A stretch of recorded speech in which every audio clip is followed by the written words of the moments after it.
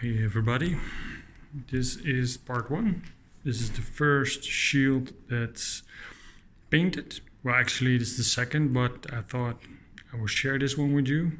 It's the Blitz shield. There's the second one.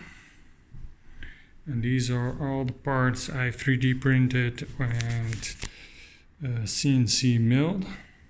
The shield I designed and rivet the outer rim to it. So yeah, and it's laser cut and folded in a 30-degree angle. And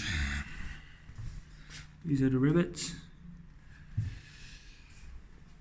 the windows, the LEDs.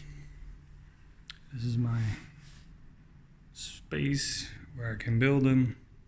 Yeah, and I will let you know how the progress go with the painting and the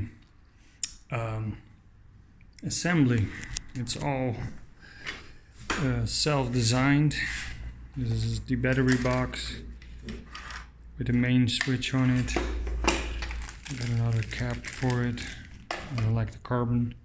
The main handle. My own red cap switch. It's basically that one, but I made it myself, so it's larger and I can put a flash make button in it so the LED will flash. So yeah, that's the Blitz shield in an eggshell.